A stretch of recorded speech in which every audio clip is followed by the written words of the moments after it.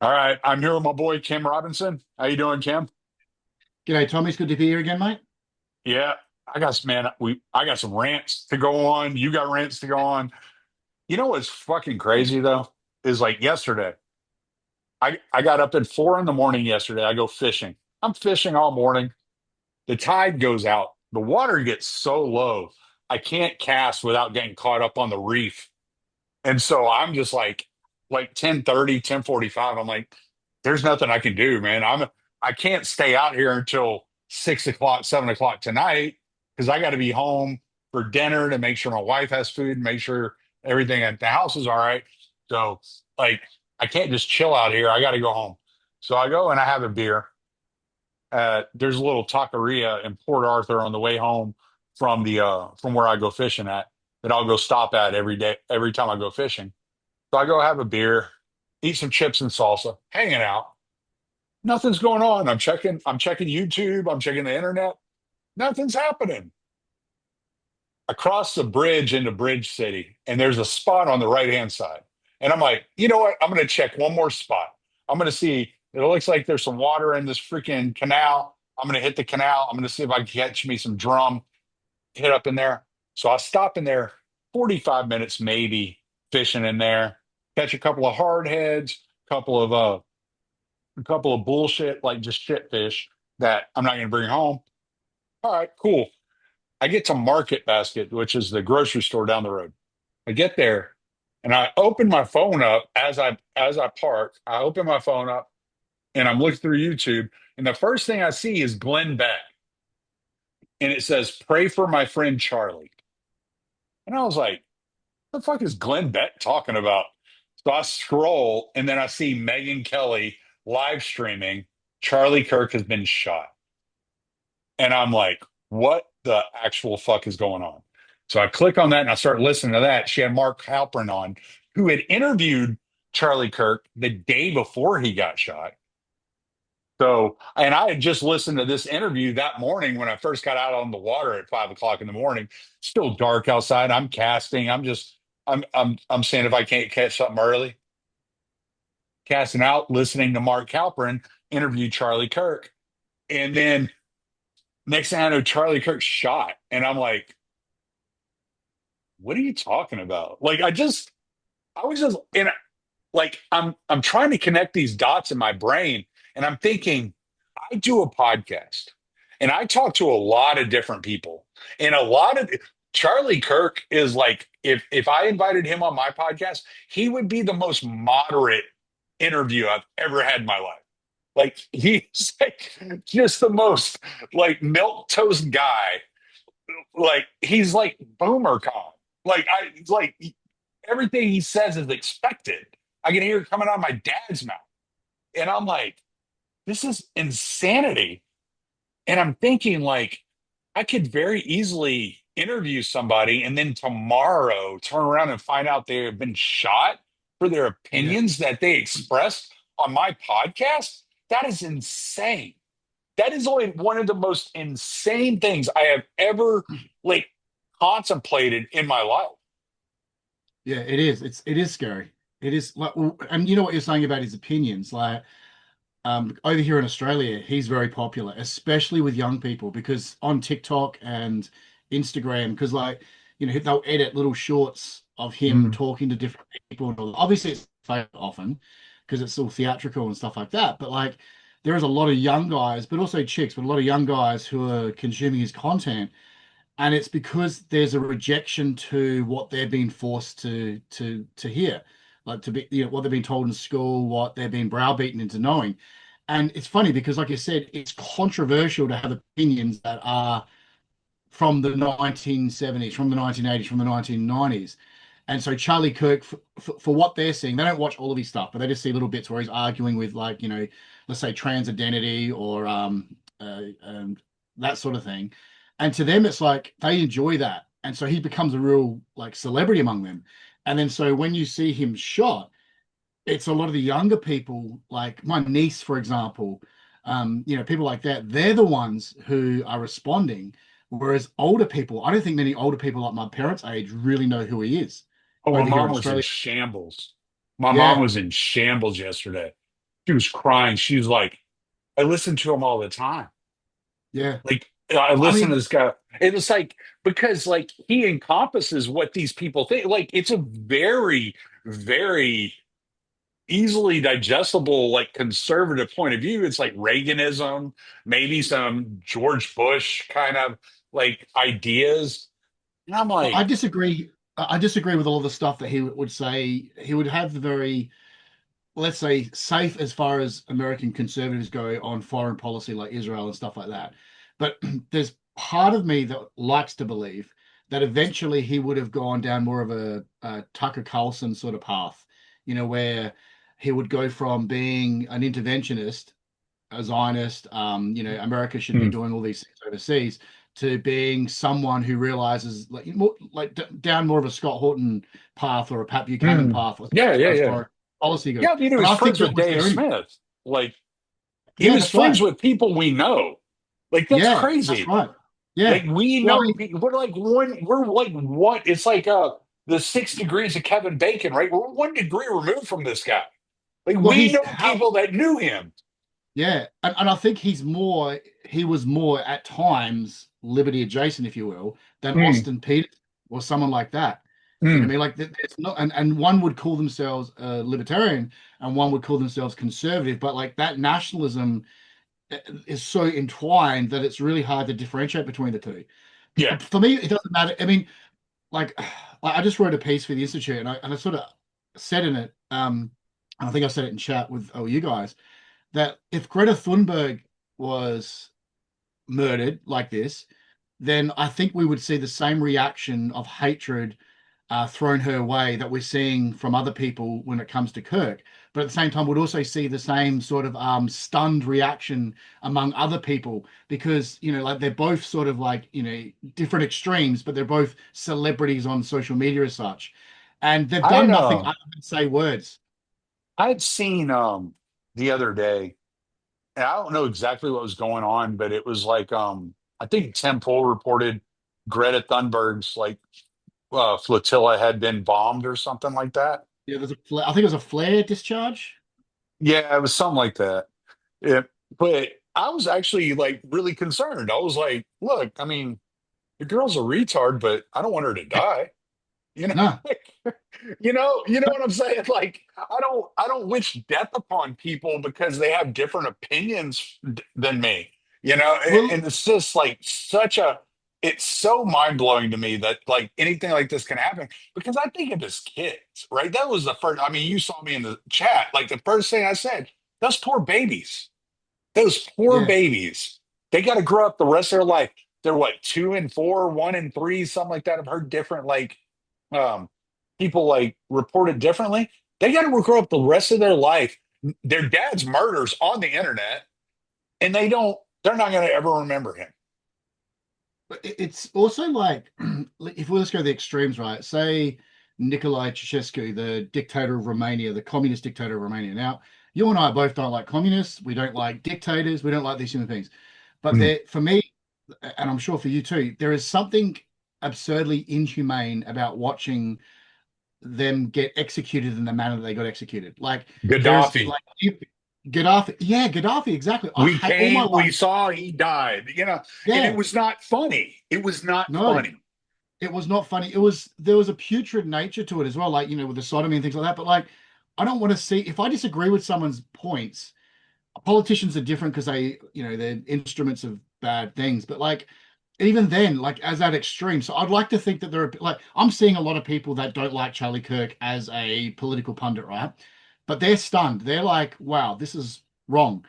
It was also like it reminded me of when Christopher Hitchens died, and a lot of the religious people that he would argue with they were mourning him because even though they had disagreements with him, atheism versus faith, they didn't want to see him dead because the world is not a better place. The world is not a better place because Charlie Kirk's dead because Mm. he was providing a platform of even yes, it was for social media consumption, but still, he was letting people on college campuses argue with him. Yeah, but it was That is a speech. It was speech. yeah, He exactly. was just talking. Like He was that was just talking, it. and and he was mid-sentence when he was assassinated and murdered, which is a which is sums up why he was killed. He was killed because he spoke words, and it doesn't matter Mm. if he could have been a left-wing communist that you and I would absolutely 99.9% disagree with, and we would still be mourning that person's death.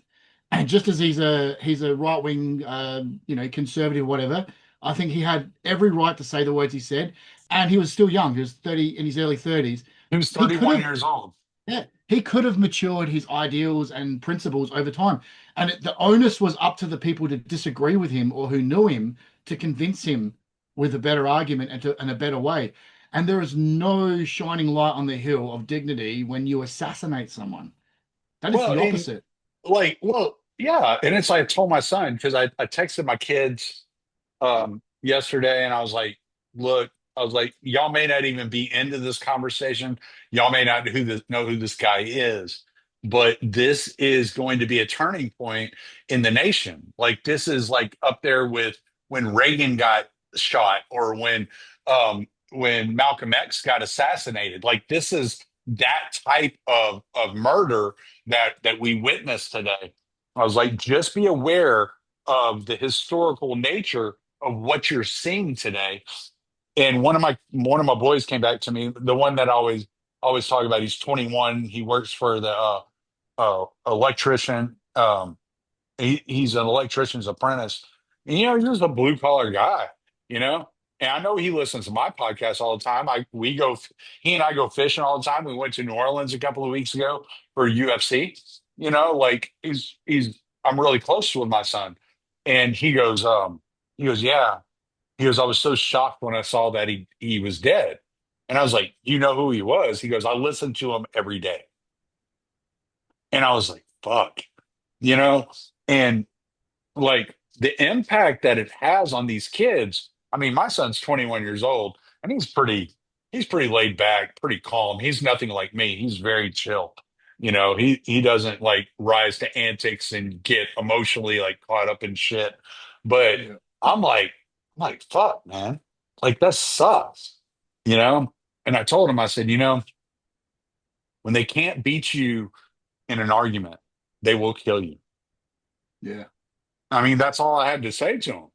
And and the parallels would be, say, the cartels in Mexico killing journalists, or the IDF killing like Ana Saleh and other Mm, journalists. So they're assassinating because they don't want them to speak, and that's obviously either criminal gangs or a government. But in this case, we don't know who did it, but it's probably a lone gun person. Like, like could be anyone. It could be a crazy left-wing professor. It could be an angry lady. It could be a trans. It could be anything. We don't know.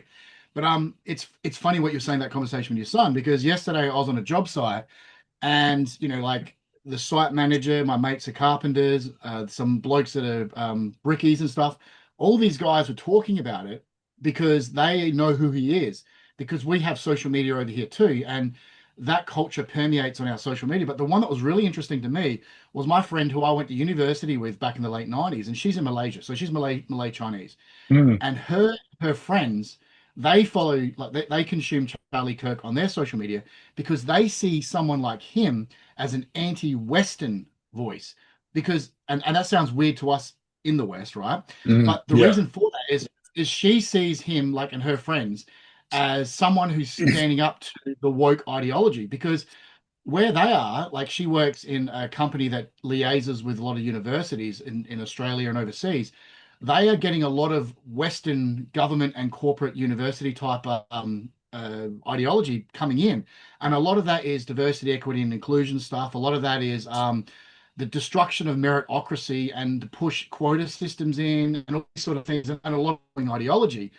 And to her and her friends, someone like Charlie Kirk is a gotcha or an argument against the very thing they don't like, because they don't want that. Like, she Mm. doesn't want that in her work environment. She wants to treat people as individuals, or she wants to treat people as whatever, and not as a demographic. And so to her, at least what she was arguing with me or discussing with me, is someone like him was coming at it from that perspective. Now, obviously, I think the reason why he was available to him is because of it's sort of like a little bit like Andrew Tate for young guys, right? It's because he's so famous that he's available. There are better people. There are better people than Charlie Kirk to talk about individual liberty or whatever else. But he is famous and he's in that sphere as well. And that's where I think for some people outside of the United States, he has an impact Well, for better and worse. yeah, I think that there's a misunderstanding about Charlie Kirk. And because I've listened to his clips when they pop up on my timeline or whatever, I listen to them.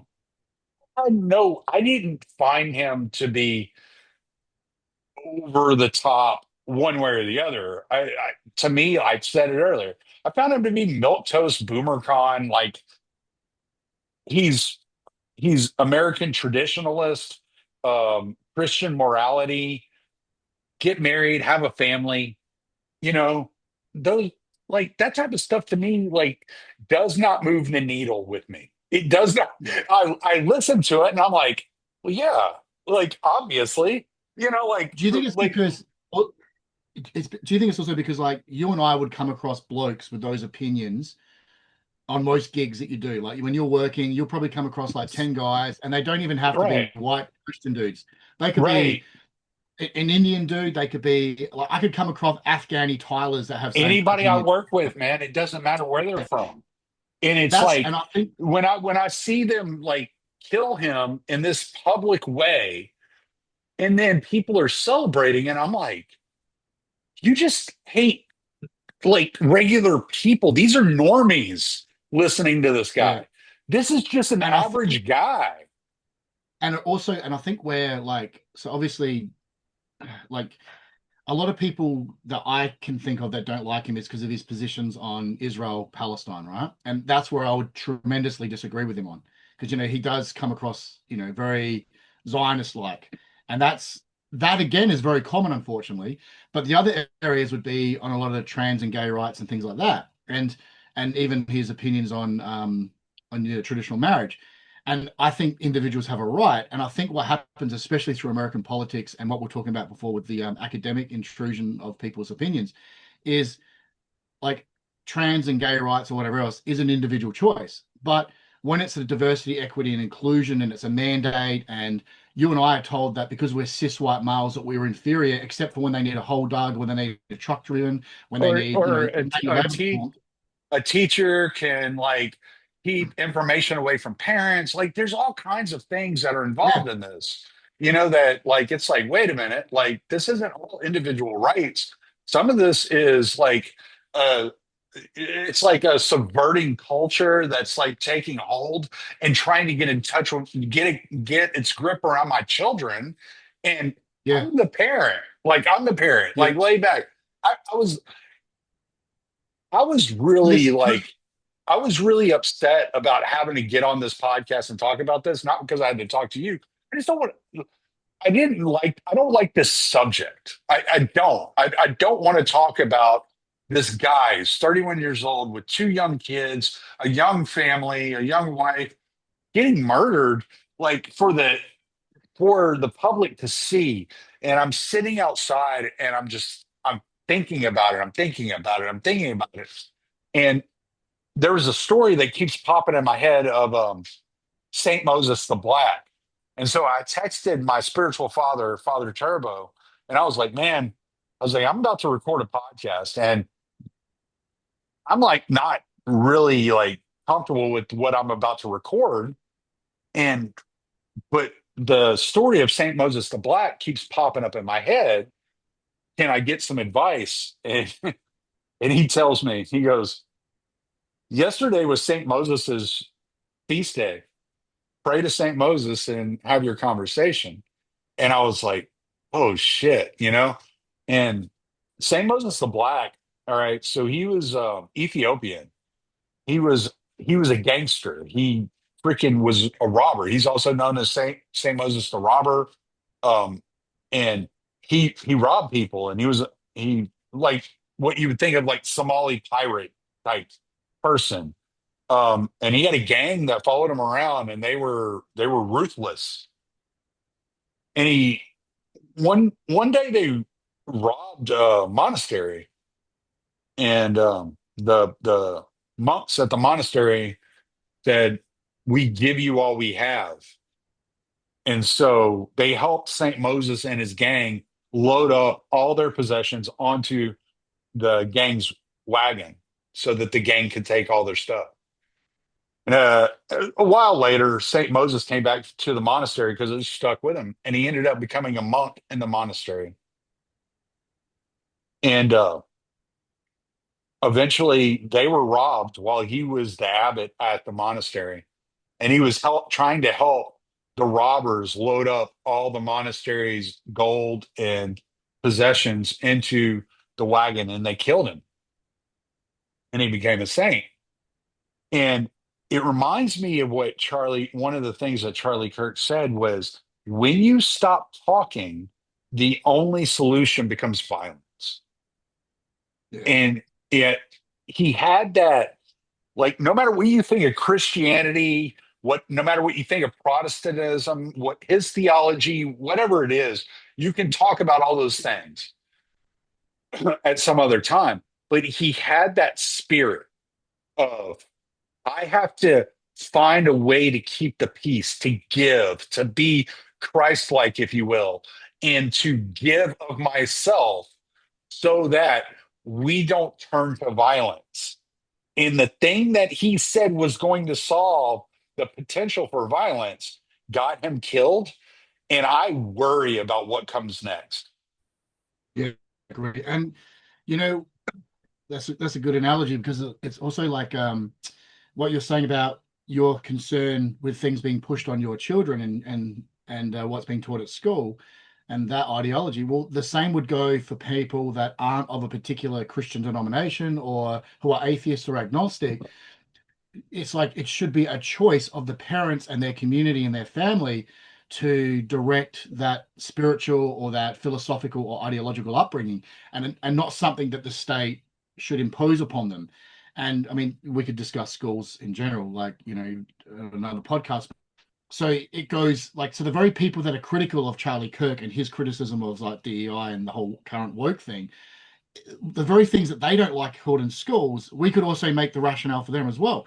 But it's one of those absurd things where um, it it's very religious. The hatred that people have directed to him, even if they are atheist, their religion is government, right? Their religion is an ideology. Yeah. Now, and this is where I think we as principals, you as a Christian man, and you as an individual, myself as a man, that hold principles dear.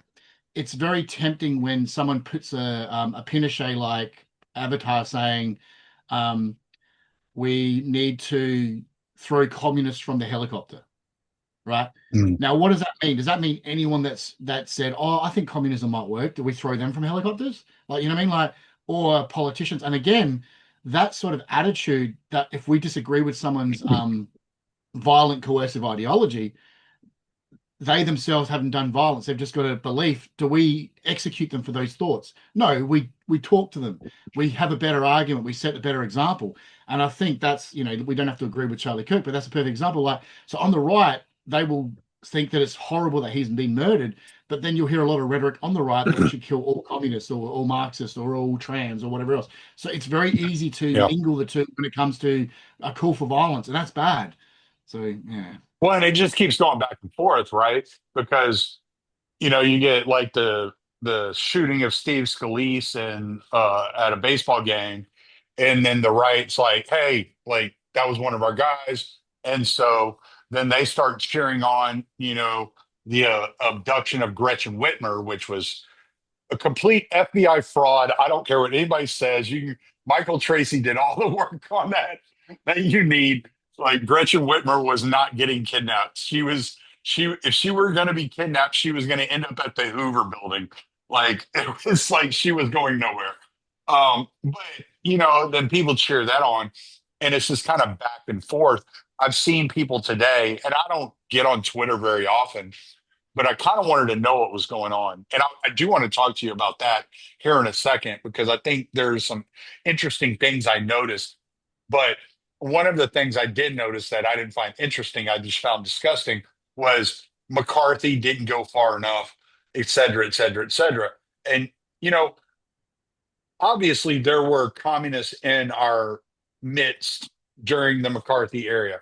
The problem that McCarthy had was he was holding like Salem witch trials and he was he was like basically like, I'm going to tie a freaking concrete block to your foot, and if you float, you're a witch, and if you don't, oops, we killed a human.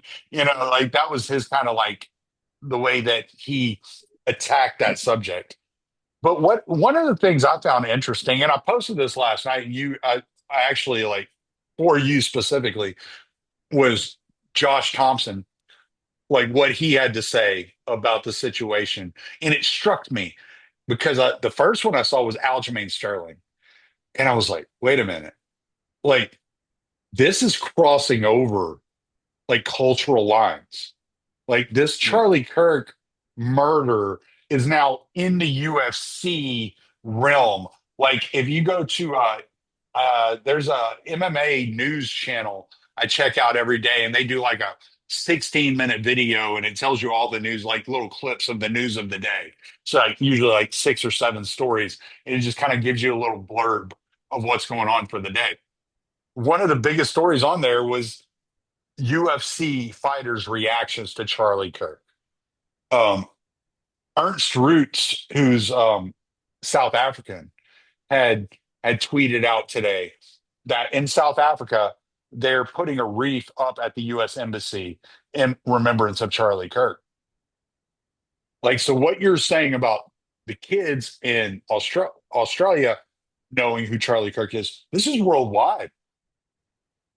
This is crossing, this is crossing cultural divides. Like, how do you explain that? I think the irony is a lot of people don't like globalism and transnationalism and all that. But culturally speaking, I think a lot of people already are that way, and not because of governments and corporations, but because themselves. Like you and I will consume media by choice from all over the world. Like, your missus is South African, so you'll probably see a lot of South African media and then, like all this other stuff. Like I consume a lot of American media and British media and things like that. And people all over the world are doing that. And so they're very literate when it comes to things all over the world. And then you have something like the UFC, which is predominantly American, but a lot of the fighters come from all over the world, and they're allowed to have opinions. And so we can follow them on social media, and we can see what they're doing outside of fighting now, and we can hear and see what they believe about certain things. And it turns out a lot of them think like Charlie Kirk. Like, a lot of them think certain, you know, especially after what happened to Gina Carano with Disney and Star Wars, a lot more Mm. people have become more outspoken when it comes to certain ideologies and that. And we're seeing more of that. And then yeah, on TikTok especially, like TikTok, I mean I don't use TikTok, but I noticed that it's like a wildfire when it comes to Gen Z and how they communicate and how they interact with one another, like ideas. And people like Charlie Kirk are very popular on there, and people that are calling for his death beforehand and celebrating his death thereafter are also popular on there. And I think there is something that we, in the libertarian sphere, are a little bit naive to. So yeah, it is. We live in a world where a bullet can be heard around the world in instantaneous. I woke up and the first thing I saw on my phone was like, they shot Charlie Kirk, and I'm thinking, what? And then I saw the footage. I saw the footage of his murder, and I'm like, whoa, See, I'm okay. lucky I haven't seen that yet, and I don't want to see it. And I, Don't I it? was, I was, I was texting with my buddy Buck Johnson, from yesterday, and I was like, you know what? I haven't seen the murder of Iryna Zarutska, and I haven't seen the close up of Charlie Kirk getting shot, and I don't want to see either. I don't think mentally they're good for me. No, I don't like. I hate murder porn. I don't need to see it, but sometimes, I mean, I unfortunately, we watched see. Faces of Death when I was in high school. I saw plenty. Yeah, same, exactly. And I didn't enjoy it then either. Like, I remember when that videotape was circulating and other ones, and you sit next to friends eating pizza, drinking Pepsi or Coke, and they're like, watching it with excitement. I'm like thinking, why do I want to see some poor bastard getting? What are we watching? Yeah, I know. I don't want to watch this. But yeah, no, I agree. That being said, yeah, I know. But that's the thing, like, and I think because of that, culturally speaking, like, I would probably have more in common with a lot of you guys in the institute than I do, say, my next door neighbor. You know Right. what I mean? And we live in that world now where because of the online, we can communicate with people in our own little niche communities. And then sometimes you get enigmatic figures like Charlie Kirk, whether you like him or not, you know who he is. And whether you like him or not, I think 99.9% of people don't want to see him dead and regret the fact that he was murdered. And that's the true reality of it. And it's like it's fucked. It's Everybody I've heard speak on Charlie Kirk, whether they agreed with him politically or not, said he was the sweetest person you would ever meet in your life. And that's yeah, what's sad. That's what's really sad. He's not like some dickhead, right? He's like this really sweet guy who's just talking and expressing ideas. That's it. That's all he was doing. do you think sometimes as well, like obviously, you're doing the podcast, so you get to and appreciate it. Sometimes people become celebrities and caricatures, but when you get to talk to them and know them, they're actually a real human being. Like and so what happens is they're looking through a screen, right? And they see Charlie Kirk and they see him being smug and arrogant uh, on a 35-second clip. And so in their mind, they don't like this guy. But in the reality is part of that's performative. Part of that is a personality. Like that's made for us to consume, and that's for us to. It's like even people that are pariah, like say Bonnie Blue or Andrew Tate on either extreme or whatever, or not extreme, but you know what I'm saying. In real life, they're human beings.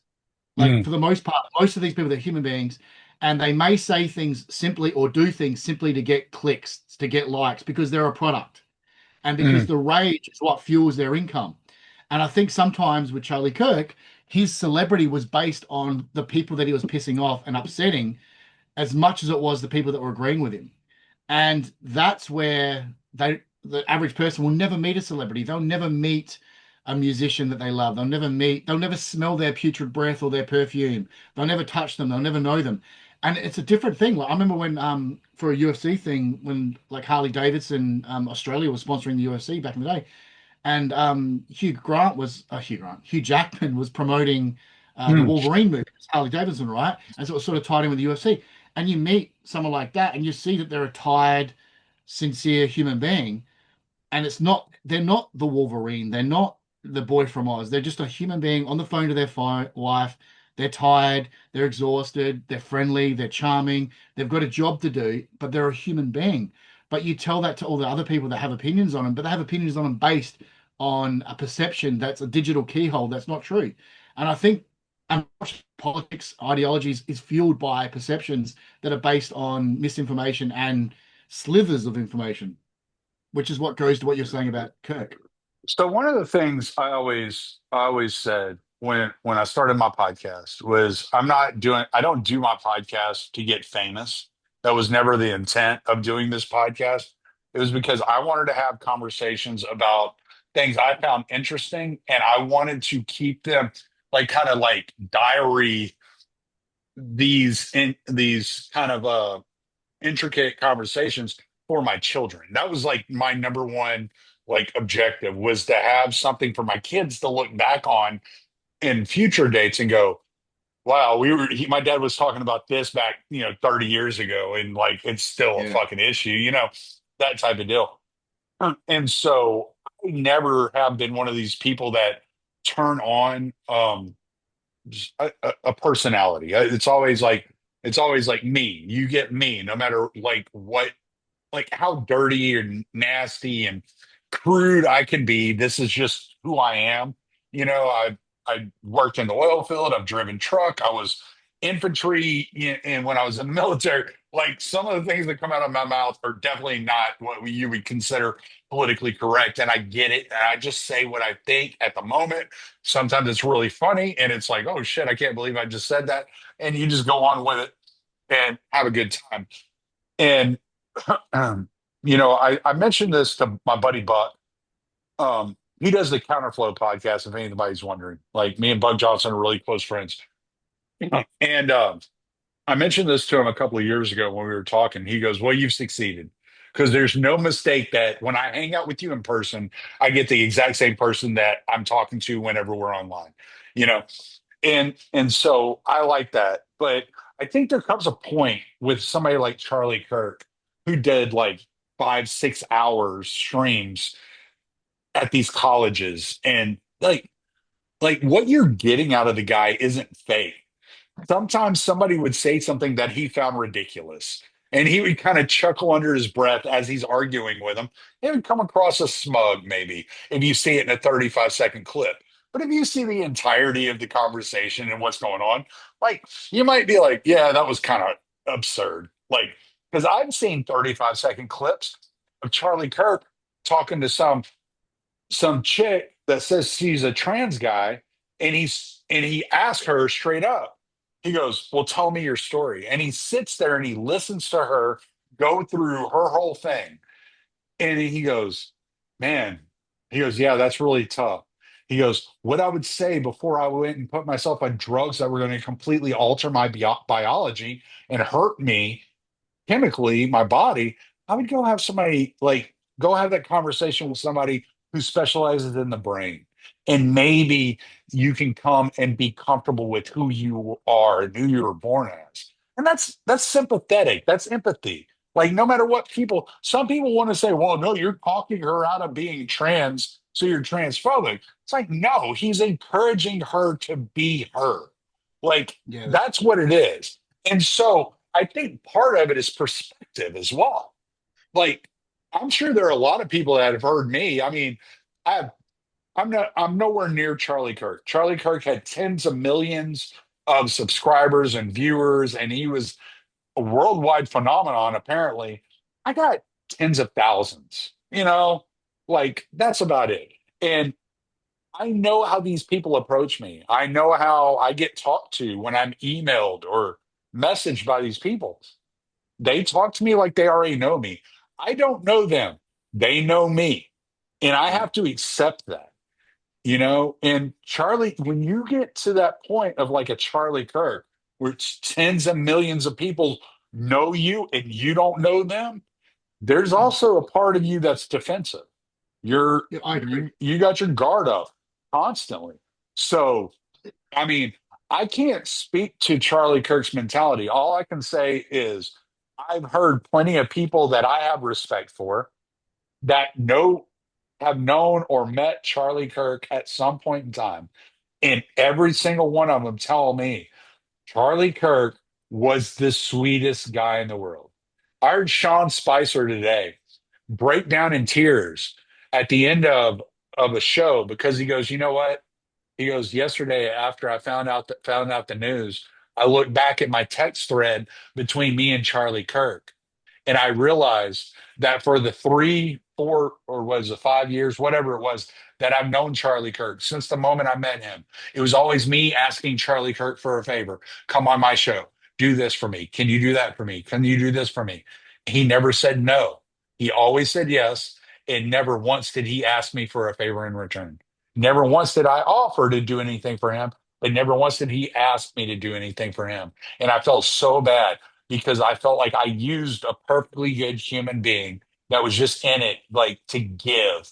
And he was just giving and giving and giving. And we have to recognize that this guy was actually a genuinely good guy, no matter what you think about his ideas or his politics or whatever. And I found it so incredibly insane when I saw Cenk Uygur last night say, well, I knew Charlie Kirk and I didn't agree with him on everything. He was, but nobody deserves to be treated this way and killed like this. And it's like, dude, you don't have to like freaking say that you don't agree with him on everything. Who cares? What does it matter? You got a human being. You got two children that are like toddlers. They're not even in school yet, that are being raised without a father. You have a mother who's now a widow. Hey, I didn't agree with him on it. Like, I don't fucking care if you agreed with him on everything. Who gives a shit? Like, why do we go there? Why do we feel Yeah. like that's where we have to be? This was a It, human being that did yeah. nothing fucking wrong. That's because we live in a world of binaries now. I mean, you know what you said, there's a lesson in all this, I think. Yeah, I said a For us. lot. I'm sorry, dude. I No, no, told you no, I no, was no, gonna no, I no. was gonna rant. No, good. Get it out, mate. Get it out. No, but there's like a human thing, right? And I don't know, like there's going to be someone who's going to really get under your skin because they said some words. That might be a family member, it might be a colleague, or it might be, Crystal you know, ball. yeah, yeah, exactly right. I can't But stand that woman. yeah, but you know what I mean? But But I then don't it's want her like, dead. I just want her to no, shut that's right. up. No, that's right. But you also want her to be able to say what she says, and do her things Yeah, because just to other it, people. I just don't want to hear yeah, true, true. But that's what I mean. it. Like, and it gets to be like that. But I think, I don't know, it's gross because the extreme of it is like, what happened to Khashoggi, right? Where the Saudi government murdered him and cut him to pieces. That's like Had more that's to do with intelligence. yeah, but you know what I'm saying? Like that Yeah. obscene to That, kill but someone. I think that was like really deeply involved intelligence. Or like when there's a drone assassination of Yeah, I'm sorry. delegates. I don't mean to like derail you. I was just you mentioned that, and No, I'm no, no, like, no, no. I But what start I'm thinking getting, about his uncle, and I'm like, but that's what I mean. Like, but we can also talk about the theories that people are talking about with Charlie Kirk now. right. They're turning his death into content. They're saying the Israelis did it. They're saying that Marga did it to hide. That's part of Uh, why I didn't want to record this. Is like I don't want to benefit off the death of this guy, but I feel so bad. And it's like you got to talk about it. Like because if I yeah, you don't talk do. about what am I insensitive now? Like No, I don't. It's like the no, you're hardest not. fucking subject to cover. It really is. But also, it's like, because I think right now we're having more of a spiritual conversation about within ourselves, where we kind of have to accept that other human beings have different opinions and like-minded opinions, and how sacred life really is. Like, if even if you're an atheist or even if you are a person of faith, life is precious, and Yeah. a human being. Now, contrasting that murderer, that scumbag that murdered Iryna, I can't remember her last name, the young Ukrainian girl, right? Now we can acknowledge that Was human it? being. Is it Zaritska? That's correct. Yeah, I think it was Yeah, Zurich. Yeah, Zaritska. Yeah, the man that murdered her she was is probably. gorgeous, man. Yeah, she That was. beautiful, beautiful 23-year-old girl, gorgeous. Even if she looked butt ugly, Well, right? it doesn't matter, but I'm just saying, like, No, no, she no, could no. have I know, been I know. doing any number of things, and it's just like, what the fuck happened here? For me, what's so tragic about her murder is that the She loneliness. was safer in a bomb shelter. Yeah, that's pretty No, tragic. I know Sorry, it really is. No, no, sorry, you're good. sorry. I'm No, no, just. but also like the moment when she realizes what's happened to her, Oh my and she puts God. and she puts her hands on her head and looks down and dies out on her own. When she has her knees up, she has her knees up and she's looking at the guy like that. I'm like, holy shit, you don't even know what just happened. You Yeah, don't and it's easy for people to say, oh, the bystanders could. I mean, they're in shock too, whatever. know, But like, like there's no way to react that quickly. They had no idea what was going on. You know, for all they knew, this guy like punched her like once or twice and then walked off. And she's like, what the fuck was that all about? and she And then probably felt she the same thing. Yeah, like she exactly. probably felt, yeah. But Yeah. then when she realizes that she's dying, like you can see that in the footage that she realizes she's about to See, I die, and haven't then there's watched the footage. I just saw still shots. So Tommy, it breaks your heart. Like it doesn't matter who that human being is. She's done nothing. She's an innocent, and that scumbag, he's murdered her like in such a violent way. And what really fucks me off is you'll get people who says, "Oh, he suffered from mental illness." No, he had a mental illness condition, but everyone else that has that mental illness condition does not do what he yeah, does. I yeah, mean, yeah. it's like the child rapist that says, "Well, that happened to me as a kid." Well, mate, there's hundreds of millions of fucking other people that were violated as a child, but they don't Mm, use that as a validation to do horrible things. right. And that's what I hate absolutely with the whole narrative of it. But what happens with her? The cycle. Someone has to break the cycle. No, exactly, yeah, and a lot of people do, and they live in miserable silence too.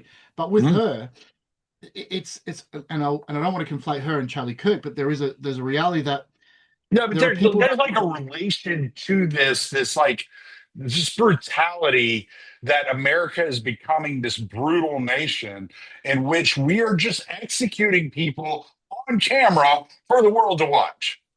yeah, And unfortunately, that is, like Lincoln to JFK to RF, to Robert, to Martin Luther King, John Lennon, all that. That is an American thing, right?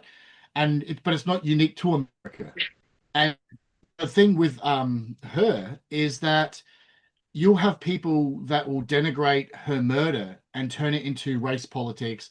They'll say, "Oh, you only care about her because she's a pretty little white girl," or "The man that did it, the system failed him." No, fuck him.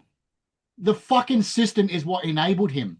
Because in a pure Mhm. anarchist society, one, he would not have gotten away with 15 violent crimes because someone like us would have ripped his fucking throat out in that first incident. And on that train, I guarantee if you were there or I were there, that man would not have walked away Yeah. barehanded. We would have ripped his fucking limbs off. And that's what I hate. We live in a society where men like us are fucking constantly, we're denied the right to defend others and ourselves. So we have to watch through a screen. So, but professional public servants, professional lawyers, professional social workers, professional judges, professional cops, an entire system of politics profits from her murder and gets more funding. But it's because of those fucking cunts that she's dead. And Yeah. it's the same thing with Charlie Kirk. Despite the police state, despite all the surveillance, all the fucking Palantir shit, all that, Charlie Kirk was still murdered, probably by a lone gunman. We're not in a safer world because of law and order. We're in a fucking deadlier world because of it. And because of what it does, it takes away individual agency, it takes away all this sort of stuff. So we can watch with visceral violence a man get murdered with a rifle, right? And then Mhm. people go, "Oh, do you change your opinion on gun violence?" Well, fuck you, dickhead. People can get guns regardless. Like people can get firearms in prison. You know what I mean? Right. It just blows my mind. And we live in a world now where human beings like that are murdered in front of us, and people will use it as a punchline for politics or a punchline for ideology, and it tramples over their body. But at the same time, we saw it with George Floyd, right? With Black Lives Matter. Now, I don't think the cops. I think the cops acted pretty pig-headedly, but I don't think George Floyd was a good dude. Like there was plenty of other people that were killed and murdered by cops during that period, but they picked George Floyd. Well, You know what I mean? Like, there was a white guy. Um, I think it was like you'd have to talk to Scott. I'm sure Scott would remember the case because I remember he pointed it out to me. But it was like 5 or 6 months before George Floyd. But it was a white guy in Arkansas, and he died from the exact same occurrences as George Floyd. Nobody said a fucking word about it. Nobody said a well, word about it. that kid that was on his knees that was complying with the cop, and then he was gunned down. Like, I Oh, mean, that I was remember Daniel one. Shaver. That was in Mesa, That's right, Daniel Arizona. Shivers, yeah. Yeah, I where remember he when one. he friggin' he was on his knees and he was crawling and his shorts got caught up under his knees. So he went to pull his shorts up and the cop unloaded on him in the I middle of remember that one. hotel. So He was like I 26 years old. Yeah. that's horrible. I remember years ago. I wrote about this for I think it was Liberty.me back in the day, and I was writing about police executions back then. It's like 2013, 2014. But there was a guy in a wheelchair, like a homeless dude. I think he's a veteran even, and he was minding his own business, and the cops shotgunned him because he had a small little penknife that he was opening his canned meat up with, and they blasted him to pieces on a street corner. And there was another one. There was like a homeless dude that was in a park, and some female cop was responding to, the fact that he shouldn't have been sleeping there or whatever. She tases him, and I think she tasered him to death brutally. And the narrative is like, oh well, we need more police funding. We need like, there's always this is what does my head in when it comes to the martial arts community. Every time a cop does something horrible to a civilian, there are all these grifter martial artists out there that goes, oh, I want to get a coaching contract and I want to be able to coach the police so that they do it properly. Now, what about the person who's being murdered? What about the person who's being held down? Why is there no agency for these individuals? You know what? I want that government money. I want that government grant to train the fucking stormtroopers so that they can do it better. The whole Well, attitude that then that's a stupid fucking argument too, because anybody who's taken martial arts at any point in time in their lives, and you do repetitive, like there are repetitive drills that you do. And sometimes you'll do a repetitive drill. Let's just say I'm doing it, I'm scrambling using a Kimura to roll you so that I can take your back and give you a rear naked choke. I could dislocate your shoulder in that process. then it's Yeah. one out of 1,000 times that it will happen, but it can happen. So, like, you can't sit there and say, well, the problem with the police hurting civilians is they don't have proper training. Because even people with proper training break arms, break legs, break feet, break ribs constantly. Like, And the look at other these thing is, guys that have been training for 40 years. They can't even get out of fucking bed. You know, I'm just yeah, I know. like, But you know, seriously.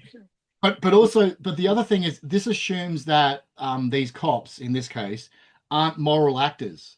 It assumes that they are doing this like, oh, if only I had better training, if only I had more funding, if only Like we they're paid them more. robots. Hey, I see what you're saying. Yeah, I know, and I reject that. I hate Like that they just absolutely. work on a program. Yeah. Yeah, I know. They're no different to you and I. The only difference is we made a philosophical choice to be blue collar workers, while these guys want to be fucking lapdogs for the state. That's the only difference. Because you could have left the military, I could have left the military, and we could have both become cops. We could both have stayed in. We both, you know what I mean? We could have been those guys, but instead you made another decision. I made another decision, Right. and and and you're like, it's like now they're going, oh, it's not my fault. Like when you watch cops that are arresting a comic art writer in England, because he tweeted some words, people, like, I've got friends that are cops that go, oh, well, it's not their fault, they've been told to do that. What? I would be ashamed of myself. I would throw that badge into the fucking toilet Yeah. and Just walk away. following orders. Yeah. That's Yeah, like the like worst. there. That is the worst freaking excuse I've ever heard. A cousin who's a cop, and I asked him this one time about the just following orders stuff, and he just told me, he goes, "What am I supposed to do? I have kids to feed." And I was just like, "Yeah, but man, like there's got to be like you got to have some sort of balance there to where you can kind of like make And your own that, you know what that, decisions." but what does that say to you and I though? That you like, you know, like say I work for myself, like I'm a subcontractor, right? So every day I'm doing something different for someone different, right? So Mm, I'm like, yesterday I was working with carpenters. Earlier in the week I was working in a farm, you know, doing fencing and moving farm stuff.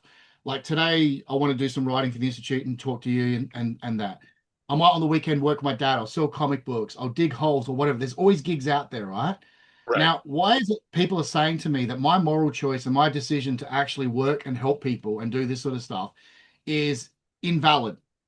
But their career and their pension and their subservience to a funding model is somehow superior to me. And I'm a piece of fucking shit who can just dig some more holes.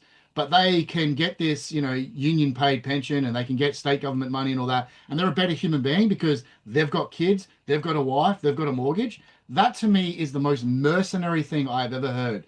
And it does my head in because the amount of times that cops will say to me, "Oh, like especially during COVID, I disagree with this, I disagree with that," but you're still throwing people in jail Mm, because they crossed the border to see their family, or because they yeah. did, you know, because they violated social distance laws, or they didn't do a QR code and scanning. You're still fucking giving them a $5,000 fine.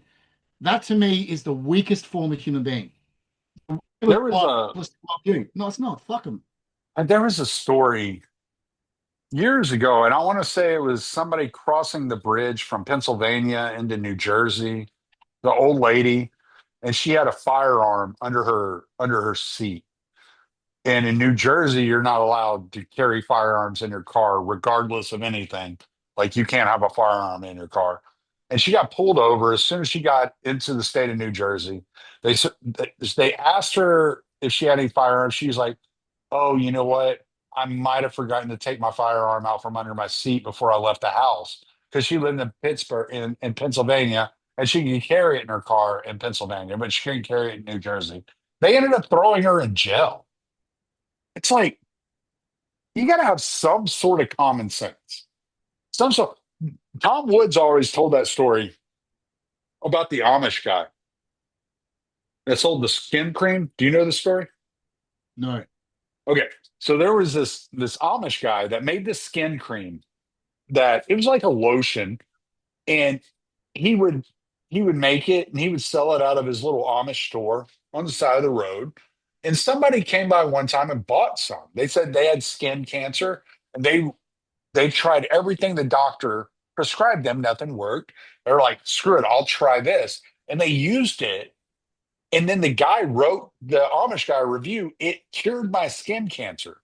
So the Amish guy, in quotes, puts it on the bottle of cream and keeps selling it. And the FDA came down and arrested the guy, and he ended up getting like 60 years in prison. This is something that just happened like 10 years ago, 5, 10 years ago, not that I mean, long ago.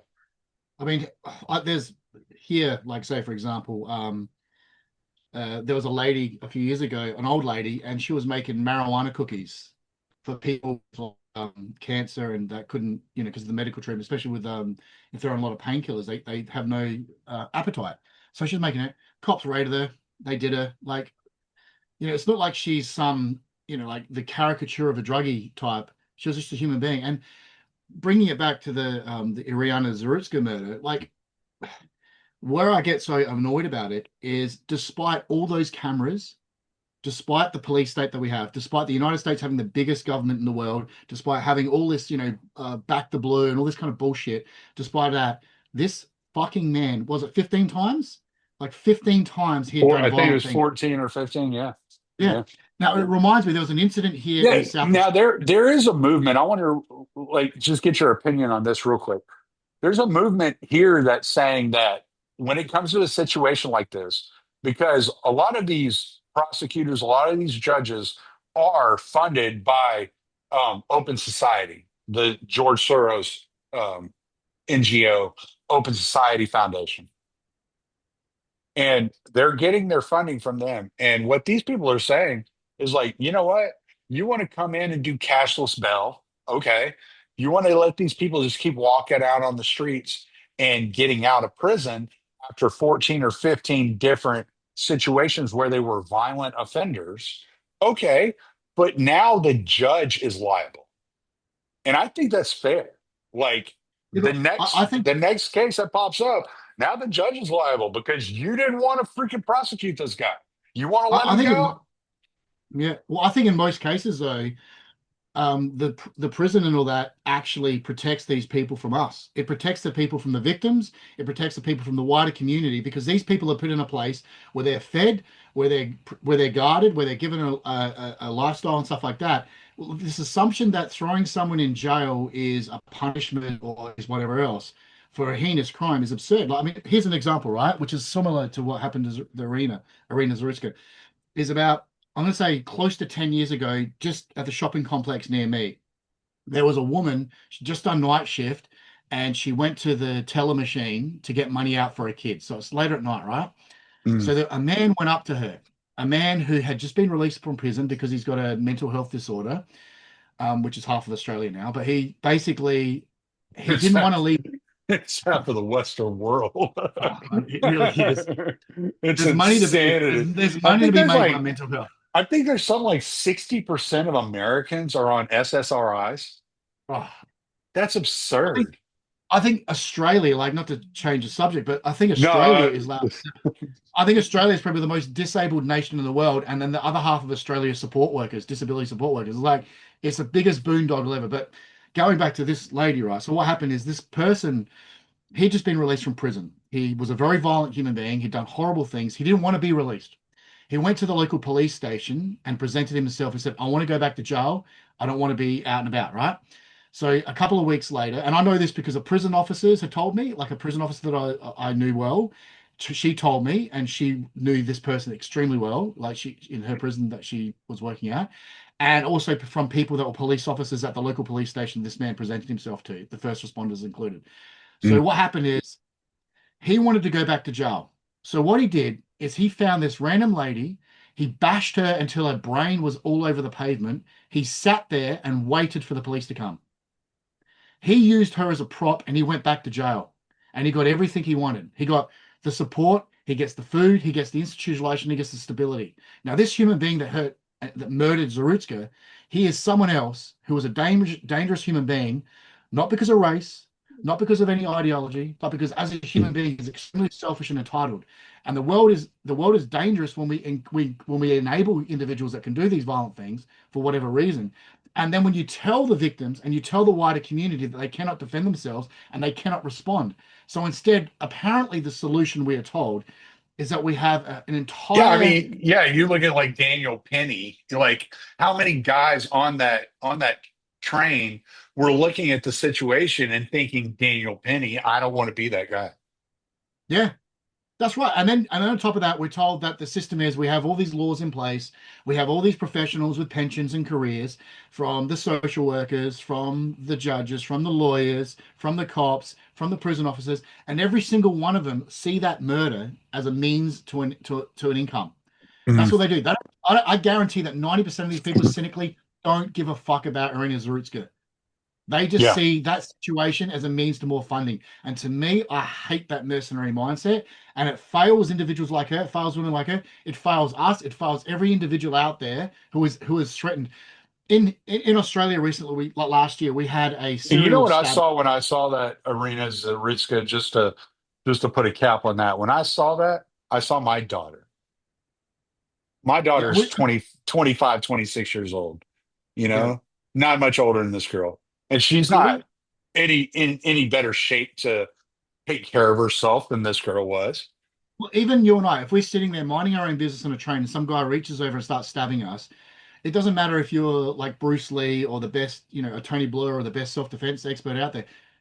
You can't react. I mean, maybe your situational awareness would be better, blah, blah, whatever. I don't know. But we shouldn't live in a world Dude, where she sat we, there for like 15 seconds.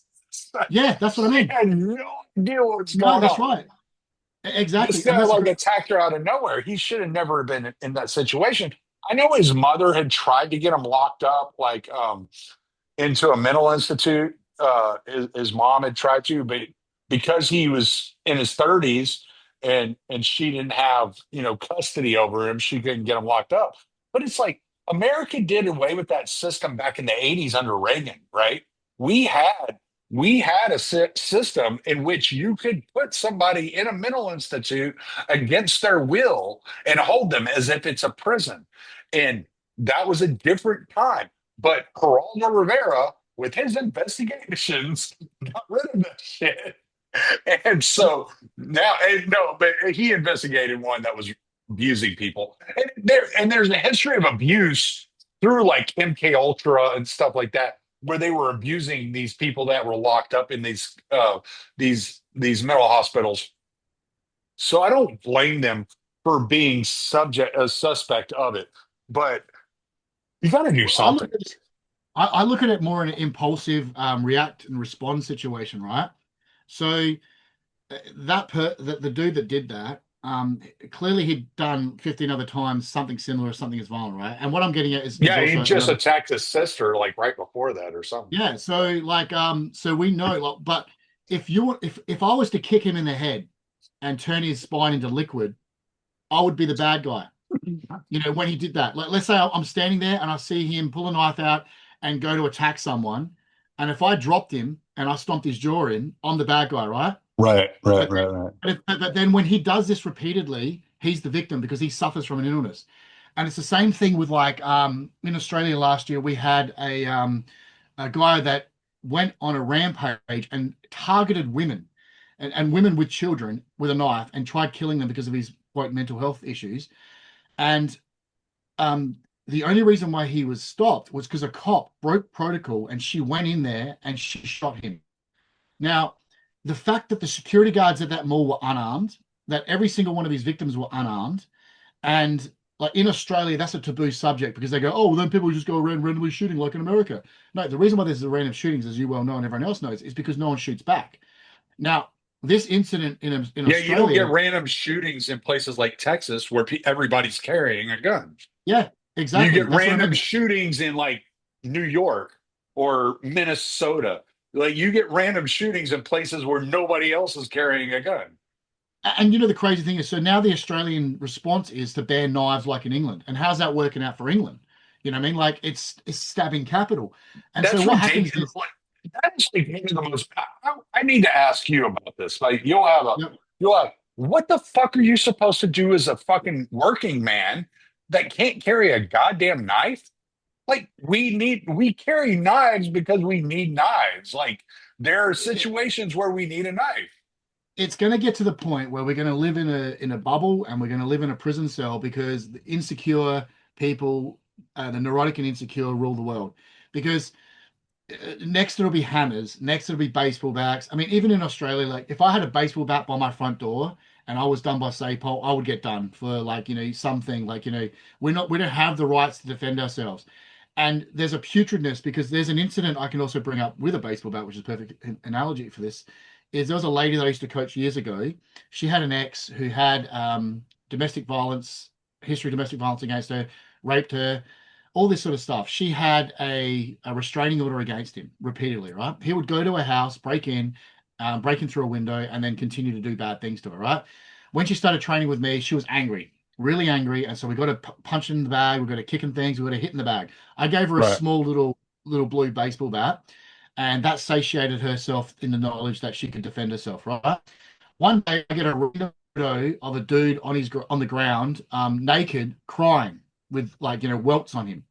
Basically, what happened is he broke into her house and she beat the fuck out of him with a baseball bat, right? So guess what the cops did? They They took her bat confiscated the away. baseball. They Yep. confiscated the baseball bat, and they didn't charge her, but they threatened because of that. Now that's the world we live in, and a lot of Australians think that's a good world. But then they'll think that they'll look at someone like that murder of Iryna Zarutska, and they'll see in Australia they'll see, oh, this is cynical. They go, oh, I could have been that guy's support worker, and I could be making millions of dollars out of that guy instead of him going to jail, rather than empathy for that victim. You'll get the feminists that will say, not all men, but somehow always a man. You'll get that narrative. You get the racists that are saying it's all these black people, blah blah blah. You'll get the people that want to ban knives. You'll get all this. But the reality is, we are in a toothless society where we can't defend ourselves and we can't react in the moment to violence because we've outsourced everything to a public service and the cops that don't really give a fuck about protecting us. They really don't. Well, They will. and that's super dangerous for like not to like be over the top, but that's like extremely dangerous for men like you, right?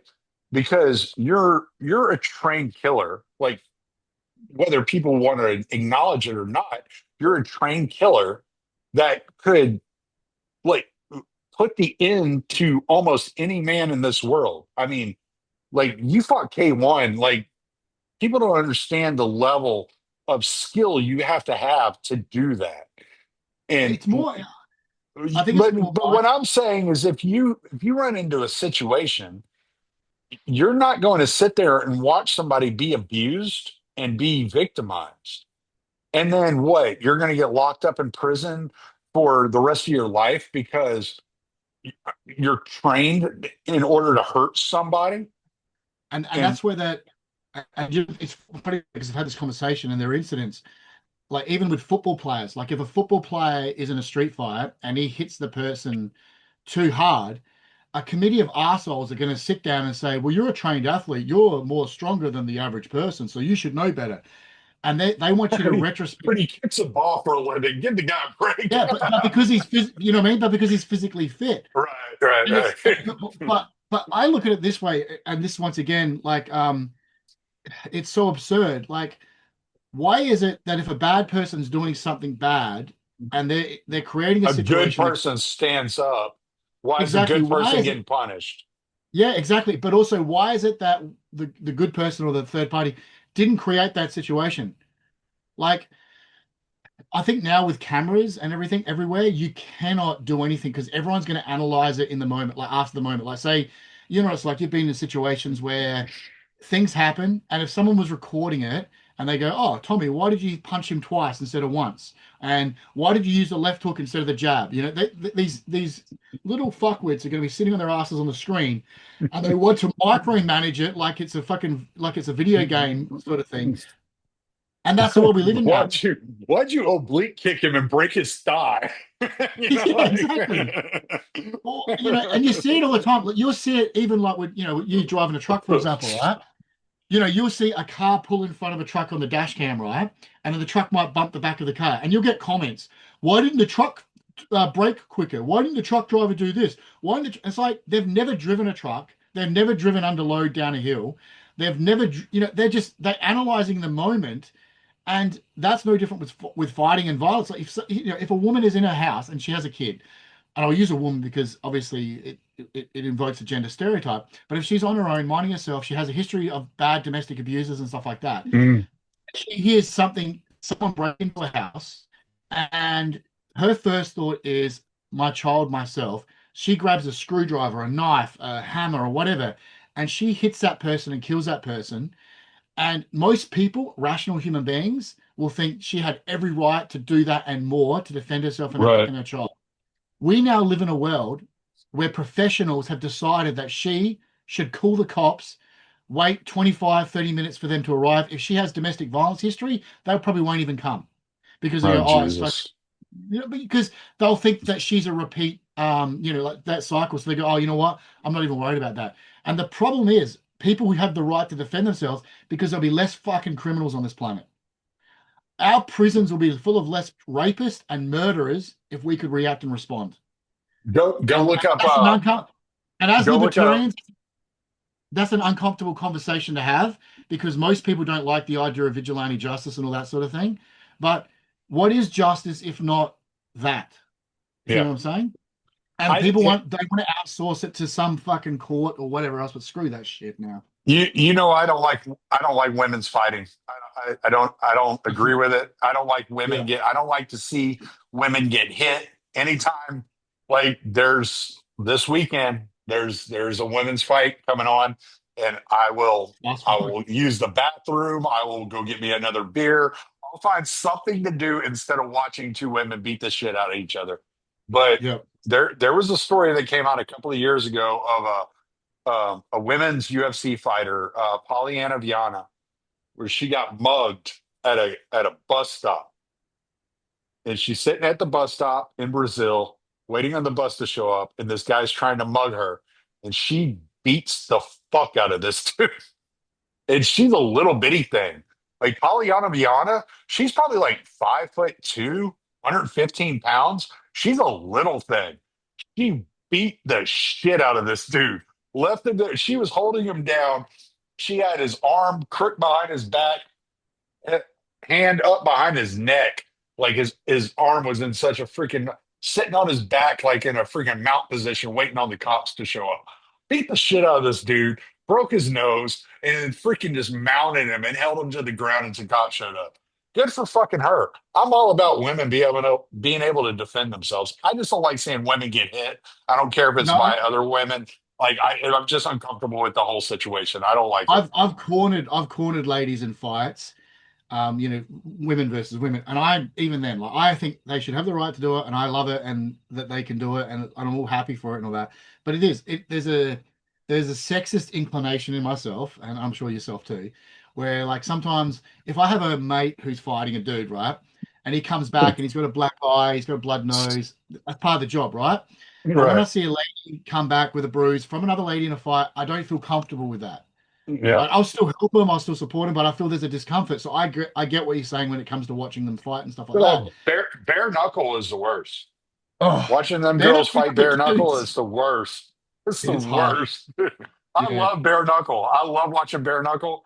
I cannot watch two women fight bare knuckle. Gives me yeah, the heebie-jeebies. I'm like, there's something yeah, so wrong about this. I don't want to yeah, see it. You know, yeah. No, I get it. I completely there's understand. that famous photo that goes around. That chick's face is all out of shape and I know the warped. one. And Yeah. I'm like, oh, dude, She no, looks I don't want to she looks see like a it. Ferengi. Yeah, I know. Yes, That's just yes, preference. Like, that's our preference. We're allowed to not want to watch it because there are plenty of other sports I don't want to watch as well. Like, what I mean, male and yeah, female. yeah, But yeah, no, I get it. But yeah, yeah. I yeah, just can't. I can't do it. It's just it bothers me. My wife won't even watch women fight.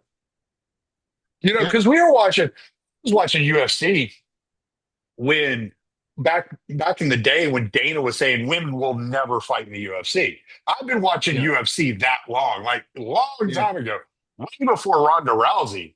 And so it's like to me, it's like, yeah, they shouldn't be there, and then they're there, and you're like, I don't like this, man. And then you had that situation with Fallon Fox. Oh, But with Fallon Fox, right? And I've sort of written about this she as broke well. that girl's head, man. Yeah, She but broke that but girl's head. also, It's but like, also, like, I think this. Like, I got a nuanced perspective on that. One, another a cis biological chick also beat the shit out of Fallon Fox. So people always forget. possibly, but that one girl that got her ass beat, She got Yeah, her but whole head yeah, broken. but that, yeah, I know, but that's not because Fallon Fox is a trans, because like Lucia Riker and Kathy Long and all these other females, they did the same thing to chicks too. I think the trouble with female fighting is often there's less females fighting, so any female that wants to fight is an anomaly. So you'll get mismatches like that.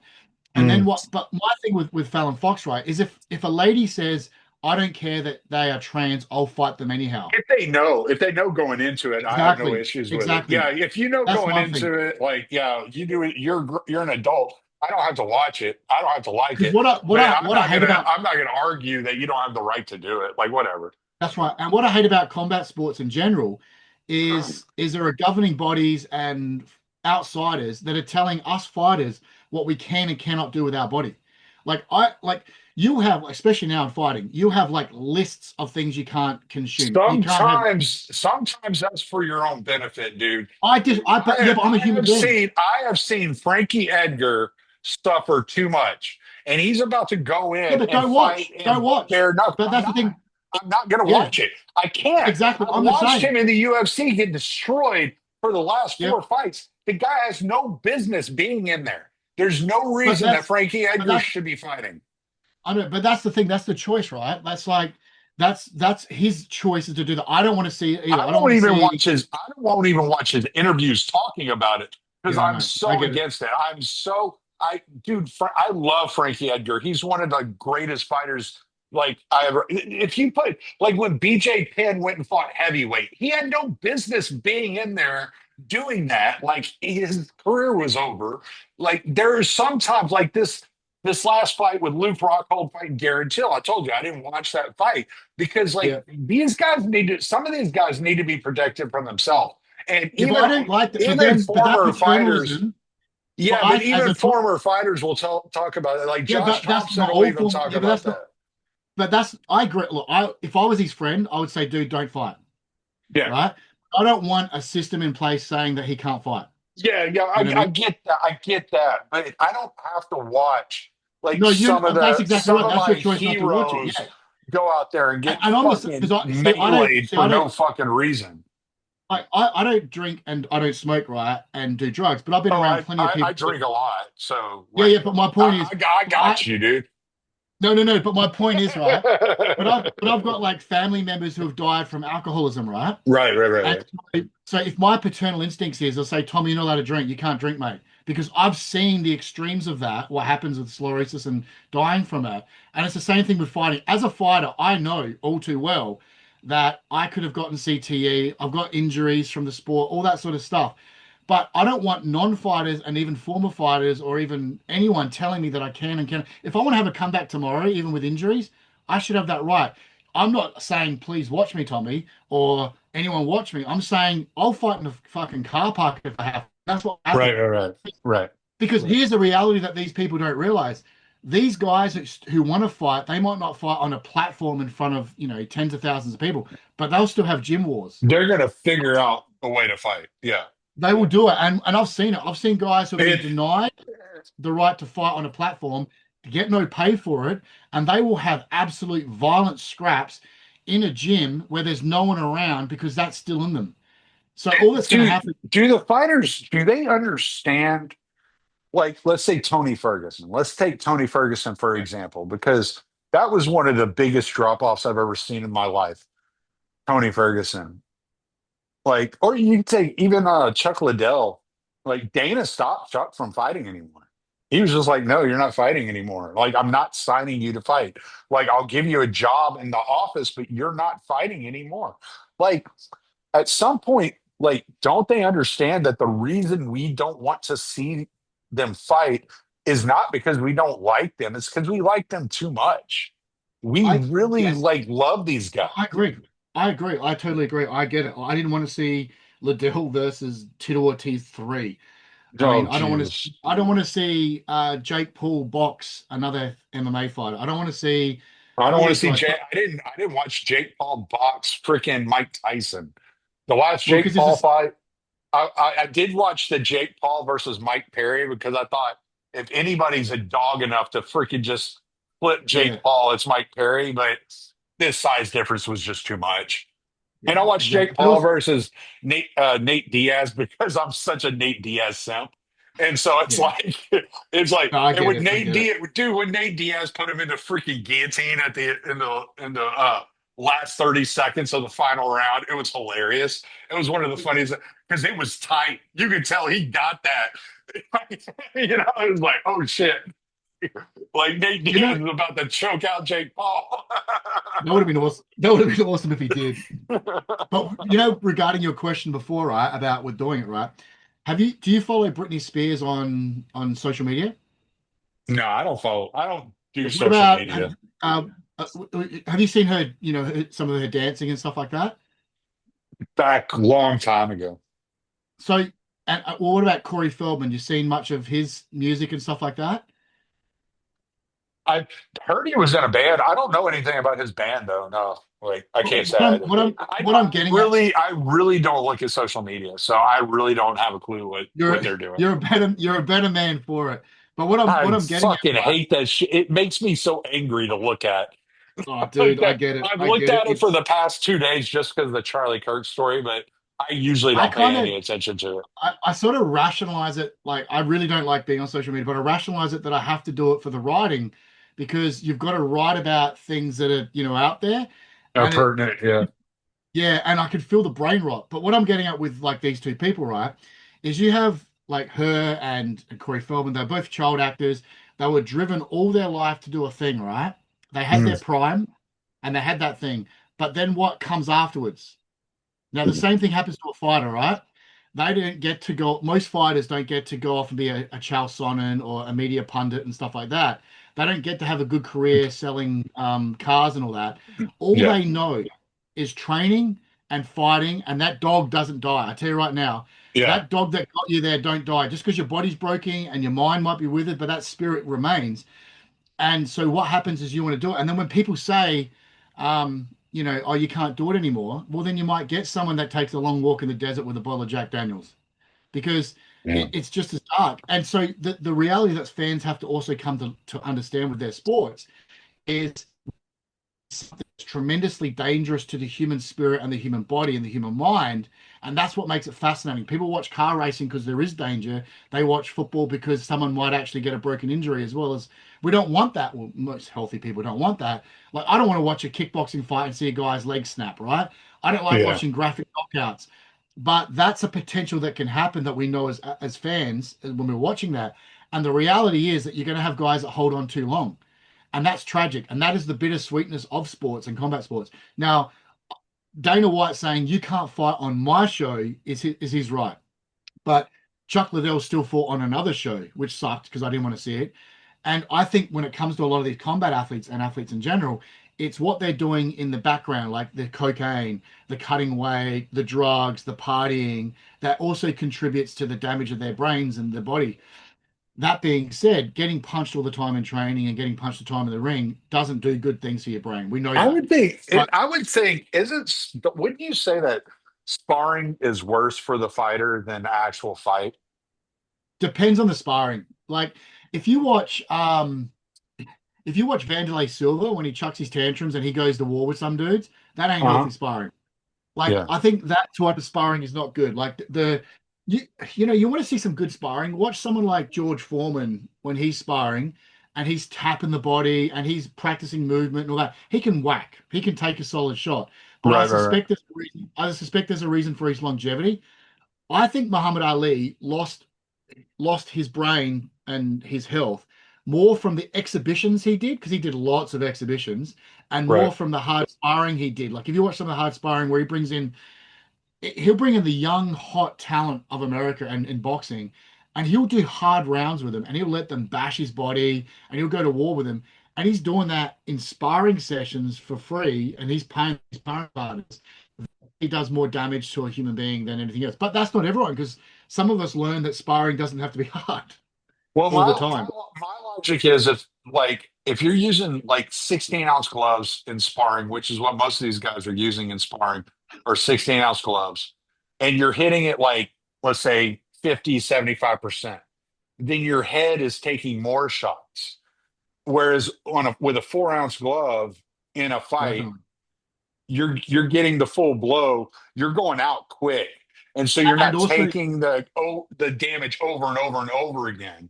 and the other thing about sparring Because versus I know, fighting like, is, I'm sorry, I was just gonna say because I know, like Sean Strickland, like he spars daily, like, yeah. and it's kind of like that can't be good for you to do every No, day. it's not. No, it isn't. It isn't. I don't think it is.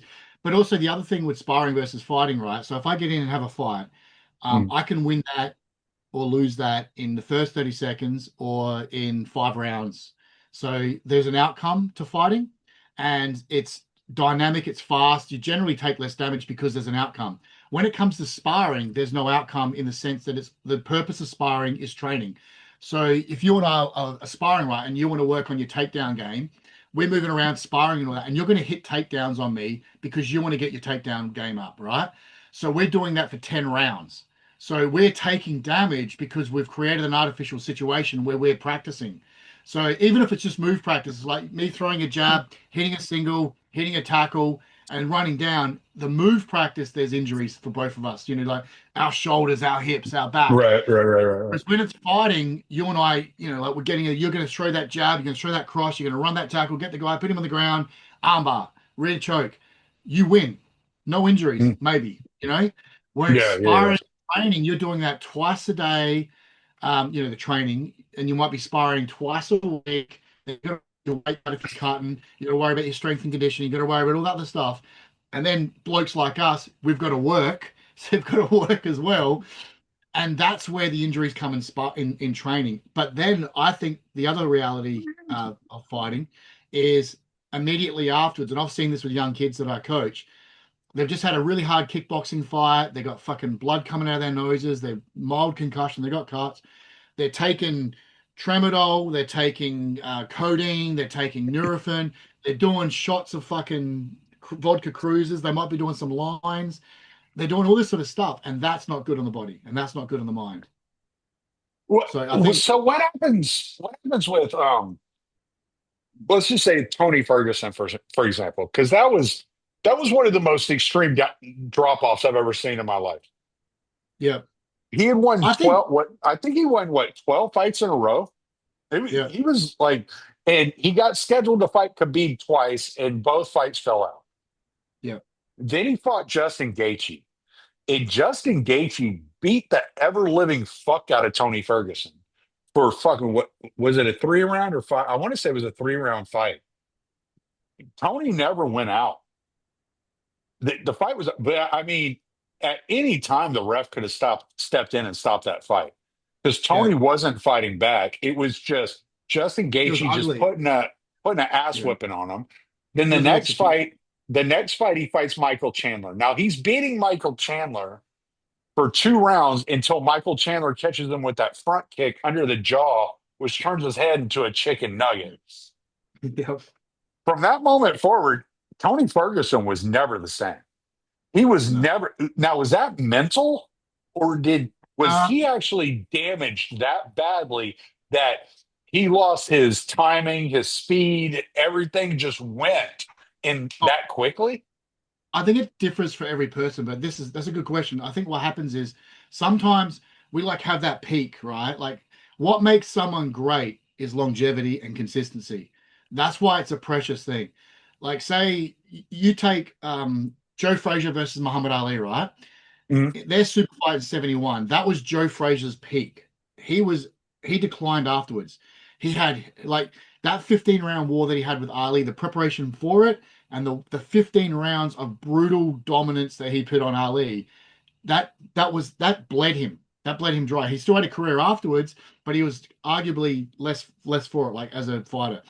And I feel in all combat sports, some people they might overtrain too much for a compressed amount of time. Then they have that one moment, and then that's it.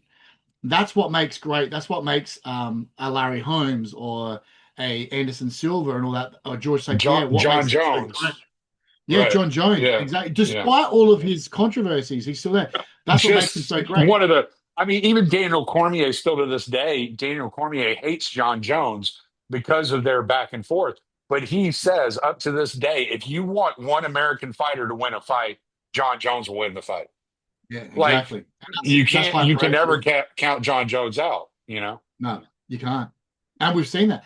But I think it's like, why is it that some people, like as a pitcher, can throw so many balls without fucking their arm, and then others have a short career?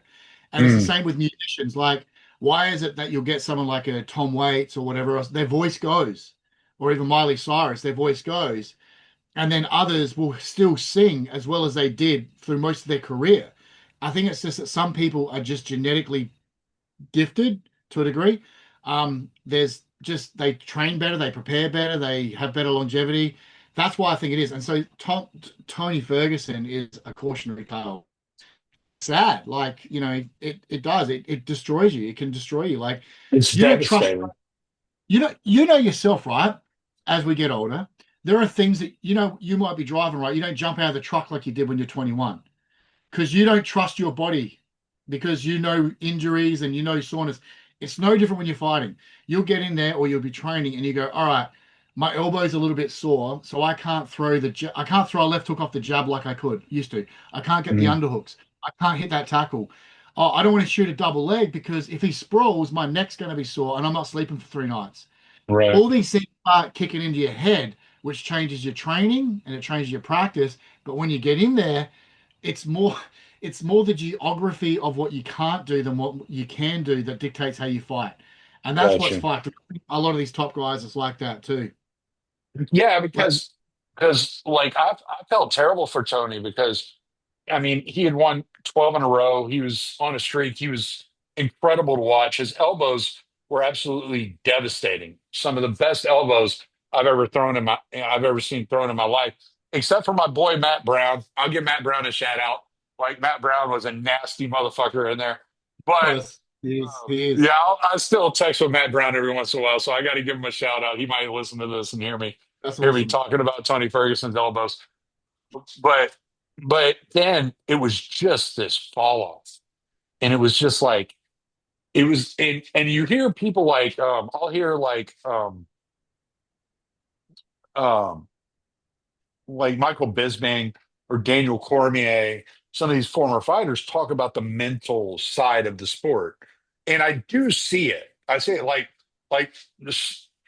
I know you're not caught up with the fights, but we can take BSD, Benoit Saint Denis, and his fight with Dustin Poirier, and he went out in there like a bat out of hell. Looked like he was going to beat Dustin Poirier. Dustin Poirier caught him with that check left, knocked him out. Like, and then he got completely destroyed by Hanato Moicano, and came back a week later, the next his next fight, and actually won a really close fight that people didn't think like he was acting like himself, but I really think he was like checking that mental state. He was getting his mind back. He was like getting that confidence back because when you get to that top level, the top level of fighting, when you're fighting like let's say top 10 of UFC, like those guys like are coin flips. Like you watch Yeah, those they are. guys, yeah. I could take any of the top 10 in the UFC could be a champion at any point in time, and it's like very minute details that makes the difference in a lot of spots. This Now, is why I some think this is so why. Sorry, well, I was just wanted to ask about that mental state. Like, what is it about the mindset? How do you control that? How do you deal with that going into this stuff? Because I I think think the that's mind. important for people to understand going through life in general. I think Yeah, yeah, yeah. mindset is so Those important. mindset's everything. I think the mentality that gets you there can also keep you there, but at the same time, this is where I think boxing does better than MMA in some regards. Let's say you're a top level fighter and then you get knocked out or you lose a fight at a high level, right? So generally speaking, in boxing, you have a couple of fringe fights. You might fight a journeyman, you might fight a former guy to build yourself back up. So you've been here and you've got to build yourself back up until you get back up there. So you got to Mm, reestablish your confidence. You got to work on the things that you didn't do right because something that was working for you all the time suddenly didn't work in this fight because the other guy figured it out. So you've got to improve the game, modify your dexterity, all that sort of stuff, And so you tune yourself back up to get to that top level. Whereas in MMA, like UFC at least, it's like, all right, you lost at a top level. Now we're going to feed you to the wolves. You're going to fight another top level guy. You're going to fight another top level guy. You're going to fight another top level guy, and you don't get time to redevelop. That's where I think that happens. But also, if you are undefeated and you are just smashing through everyone, and then someone figures you out and just completely obliterates you or knocks you out, and you've never been knocked out before, you have to really start learning how to trust yourself because your worldview has suddenly been challenged because you believe that you can knock them out with your left hook, that you've got an iron chin, but then suddenly you're in that fight and you got wobbled and you got dropped and you don't trust yourself anymore. It's no Okay, different. wait. Let's touch on that for a second because Yeah. that's interesting. How much of getting knocked out is mental and not physical? I think a knockout is just reality. Like you can't control that. If you get hit with a clean shot and you don't expect it, you're out. Some Okay. people have a good chin for whatever reason, for training, mindset, and all Yeah, that. that's I not. think like you look at guys like Prime Ray Mercer, he will suck up so many punches and not get knocked out. Like it's Yeah, what the hell, like, you know. Whereas yeah. other people are like, and then there's some guys that are glass cannons. And I think the reason why a lot of guys that are glass cannons is because when they're aggressive, they expose themselves more. So they're not defensive minded, they're more aggressive and there's an exposure to that when you're trying to attack. But when it comes to The reason I the was mind, asking is because you'll see some guys that have like this incredible chin, and they take all the damage, and then one fight it catches them, yeah, and they get knocked out, because and then every fight after, like this is what happened with Chuck Liddell, right? Like yeah, he was impossible. He had like a chin of steel. No, and then he started getting knocked out in every fight. Like Rich Franklin knocked him out with a freaking straight right, like that yeah. looked like I think it was also just like a tap, you know. I think there's two things there. Do you think it One, weakens? no, I think it's reflexes. So let's say someone throws a punch at you, right? So the camera sees it. If I see it coming at me, right, and I can react, I suck up the energy of that shot. If they Mm. throw a hook, I can see it and I can turn, I can absorb it and all that. As you get older with scar tissue and your reflexes go, you're stiffer and you're tighter. And so you don't Mm. react like that. But then on a physiological level, there could be scar tissue in there. There could be something in their brain which just boom, clicks off, clicks off, clicks off. As for the mindset, like when it's a proper KO, I think you can't help that. You're out, right? You're just Uh, it's like hitting but a button. yeah, that's right. And I've sometimes, heard a lot of guys say that like both punchers and the receivers of a knockout. I've heard both of them say that I didn't feel it. It just happened. It was just like yeah, hitting a button. And yeah, even the person delivering the punch says, and they're like, "What did it feel like to like land that shot?" And like, really, I didn't feel anything. Like it yeah. was that smooth. Like it's that good because you don't feel it. Well, the sharper the knife, the less feedback you get when you're cutting meat with it or pitting on it, right?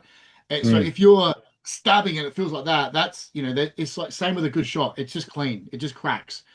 But um, when it comes to the mindset aspect, this is where it is true what you're saying. Let's say you're fighting and you're having bad things in your life and all that, blah blah blah. You have a choice. Any stage in a fight, you have that choice, right? That is in your mind. So if you get in there and you're getting frustrated, Roberto Duran versus Ray Leonard in the second fight, the no muss fight, you're getting frustrated. You just go, yeah, no more, no more, I quit. Right? Now that's a very obvious one. But like you could be in there, and let's say you and I are rolling and you're constantly getting me on my and putting me on my back and you're elbowing me, doing Matt Brown elbows to my head. I'm not going out, I'm not knocked out, but I'm frustrated. And I'm thinking, you know what? I'm done. You can make that decision. Mm. Whereas if I have that mindset, like you kick me in the leg and it Get me really, out really of hurts. here. Yeah, exactly. You just give up because Get you're a me human out of being. here. Yeah. How many days have you woken up and you did not want to go to work? Right. And you know what I mean? And you know you got to go to work and you do it, but then if the day gets fucked, you said, you know what, fuck it, I'm going home. Unfortunately, as a fighter, you have those days too. You might wake up and then you feel like shit. You're fucking just not right in the head, Yeah. and you get in there. And I have lost fights because of that, not because I intentionally gave something but there was a brain lapse. It's like Yeah. I got in, I'm in the scramble, and I wasn't on, and I got Yeah, caught. you get in the shit. You're trapped between the cage. You're his knees up against the side of your head. You're like pushed in this awkward, Yep. and you're just like, I just want out of here. I don't like Yeah. this. Get me the fuck Yep. out of this. Like, and you And can't and find a way out because this guy's so good, so skilled. He's a puzzle you can't quite solve. Like, just get me out of this. and what got you there is you zigged instead of zagging, and so you Mm. end up position. But then the guy puts a guillotine on you, or he puts something on, and instead of trying to fight it, and instead of trying to work your way Yeah, out of instead it, of going 2-1 or whatever, you're yeah, just you like just tap, tap, get me out. you just tap. Yeah. Yep. And then afterwards, you beat yourself up. You go, what? But you don't even think about it in the moment. You just do it. I saw And this. I I think, saw this happen last weekend, so I yeah, know exactly what you're talking about. And it's like this guy has all the skills to to have won that fight, and you're like, you didn't even. It looked like you didn't even show up. no, he Because didn't, and it's you because walk out man, there 5 seconds in, you take a head kick, and you're like, shit, I didn't like that. Next thing you know, you're on your back, you're rolling around, you don't like to grapple, you're scrambling, getting up. You get up, you throw this freaking beautiful elbow, it connects. The guy doesn't react. He acts like it didn't even touch him, and he just freaking keeps driving you to the ground. Next thing you know, you're in a rear naked choke. You're not even a choke, it's a face crank. You're tapping. You're just like, get me the fuck out of this place. well, and you know what? There's another element to it for you as well. So there's a degree of sometimes with males, we have a degree of fatalism, right?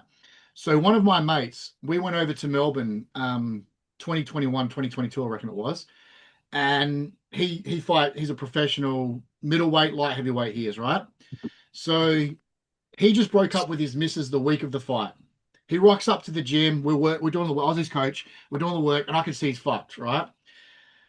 He's in a really bad place. So my job now is not to work on footwork and head movement, is to just keep his mindset on. We get to Melbourne, heap of paperwork issues, all this sort of crap, and he's checked out. He's getting frustrated, all that stuff.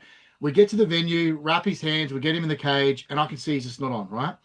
So instead of moving and circling and keeping him away from the guy, he stands in the middle of the ring, plants his feet, swings for a big shot. The guy runs him, tackles him, puts him on the ground.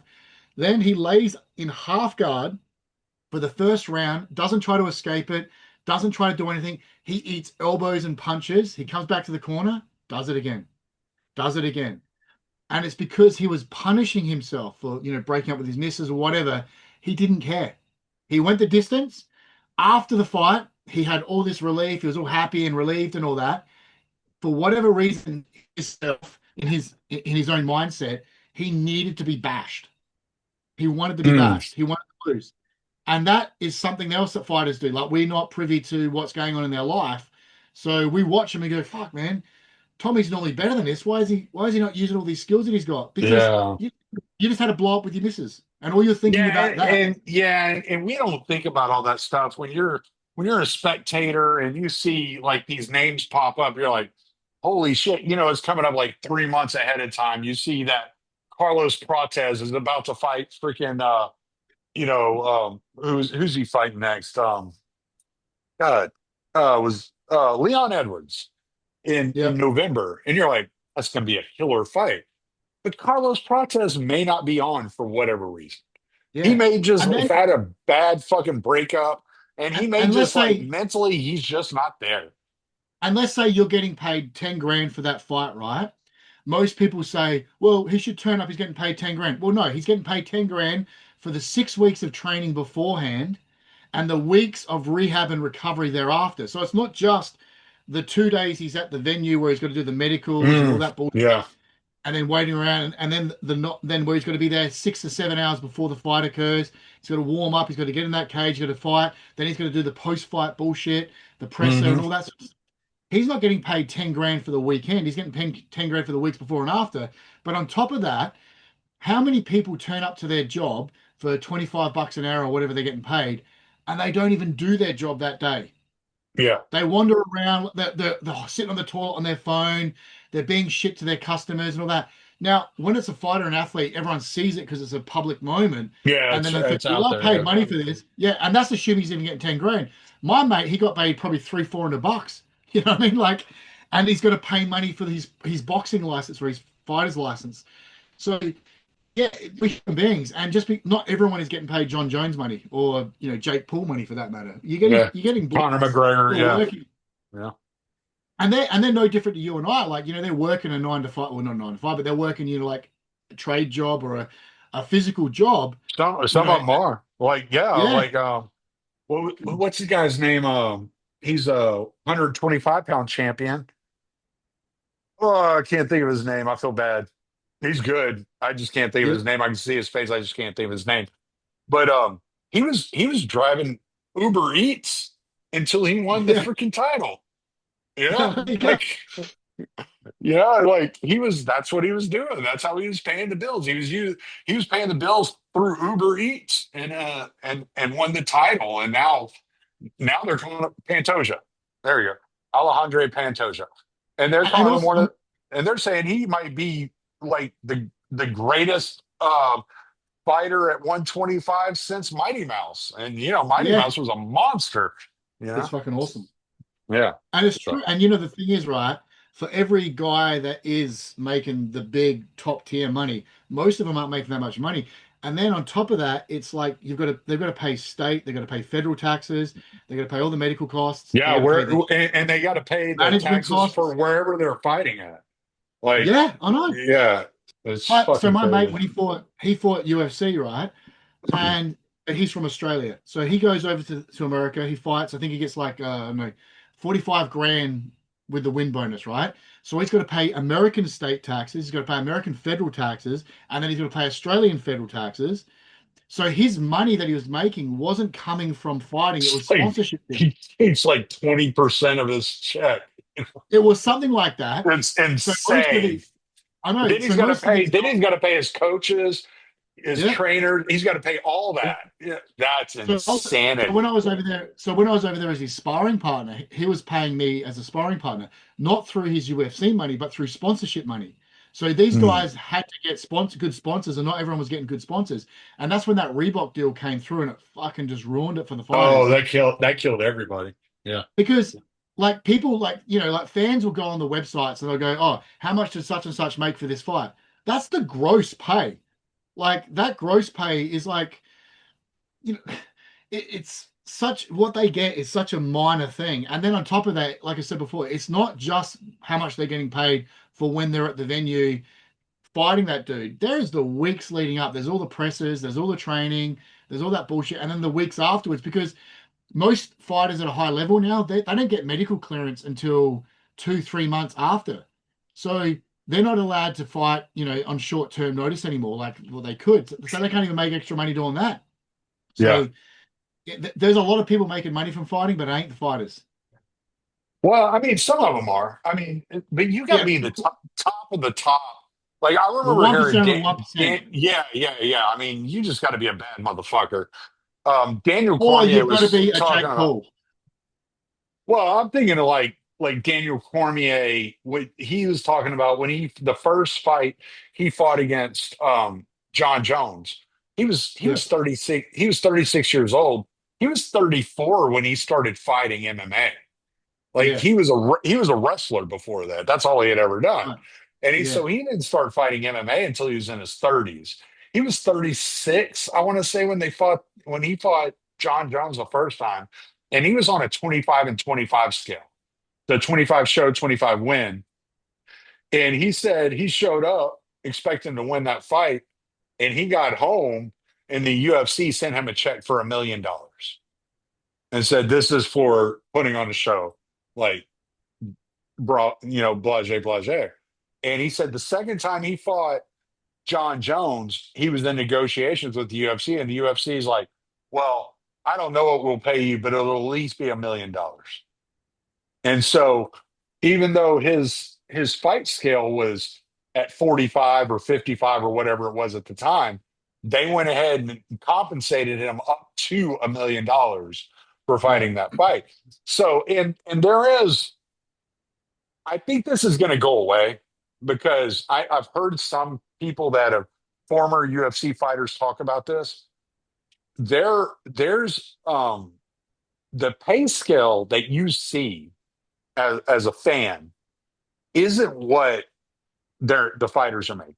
Like we don't know what the fighters are making because the UFC pays a lot of stuff in bonuses, whether it's a show up bonus, or this bonus, or that bonus, a locker room bonus, blah blah blah blah blah, and they're just like they're dishing out money in the on the backside, and they're not Yeah, publicizing what they're paying.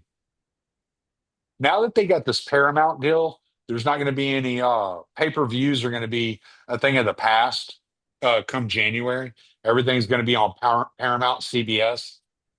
I think the way that they pay fighters is going to change. And we'll have a much better idea of how the fighters get paid than we have yeah, right now. Because it's a problem. I say it's a problem. It's a problem because a lot of the media covers it as if the fighters don't get paid a lot of money because the new fighters coming into the UFC are making 14 and 14 and they're on a four fight deal doing 14 and 14. Okay, fine. But if they win all four of those fights, then they made $28,000 for each fight they had. Some of them will fight those four fights in 1 year. Like you'll see it yeah. happen. Shit. This year, Renier de Ritter will be fighting his fifth fight of the year in October. So some of these guys are fighting a lot. Not saying that's good for your body. Not saying that I suggest it, I think you're but supposed to, when you're young, get those fights in faster. get them in. You Yeah, know? fight is my like Josh Thompson always says. Like his biggest regret of his career is not fighting more. He's like, I should have Yeah, fought more. He's like, I same. got better when I fought. He's like, I Yeah, didn't same. get better training. I got Yeah, better when I fought. and it's not, and there's so many extenuating circumstances. You might get injured. You might have a show where the opponent gets injured. So you'll be training. Like I'd probably train for like two times the amount of times I fought. So for fights that fell through for whatever reason. Right, And right, it right. and then you got to take fights on short notice, like on a day's notice or 2 days notice or a week's notice, because you just want to stay active, but it's really hard to do. Like Mhm. especially in the nascent days of MMA, like even young guys that are, like if you're a heavyweight, fuck man, it's hell hard to get regular gigs. And Well, and that's like, why some of these guys like that are so good, like Dan Hooker or Murad Dvalishvili, they were fighting injured. They were just like, screw it. I broke my oh, hand. I don't care. Like I I'll fought fight, I'll go into a fight with a broken hand. I'll figure it out. You know? I have fought injured. I've definitely fought injured and I've masked. I've had a flu. I've fought with a broken foot. I've fought with like breaks Yeah. because you got it. And that was for peanuts. Right. That wasn't even for, like the money that we're talking about right now. That was for like whatever. That's because, you don't want to, you want to fight, you Yeah. want to get in there. And Yeah. I know friends that have fought with a lot worse, and you got to. Yeah. I mean, like like one of the funniest things I ever saw was Dan Hooker versus Jalen Turner. And he's fighting Jalen Turner in that first round. Jalen Turner is just beating the shit out of Dan Hooker. Dan Hooker doesn't look like he has a chance in the world. And it's like, man, Dan, like we all know you're a dog, dude. Like, what are you doing? And then Yeah, I like know. I think there was like a minute left in that first round, and Jalen Turner threw a head kick, and Dan Hooker blocked it, and it caught him right on the forearm. Well, it snapped his forearm. It broke his forearm.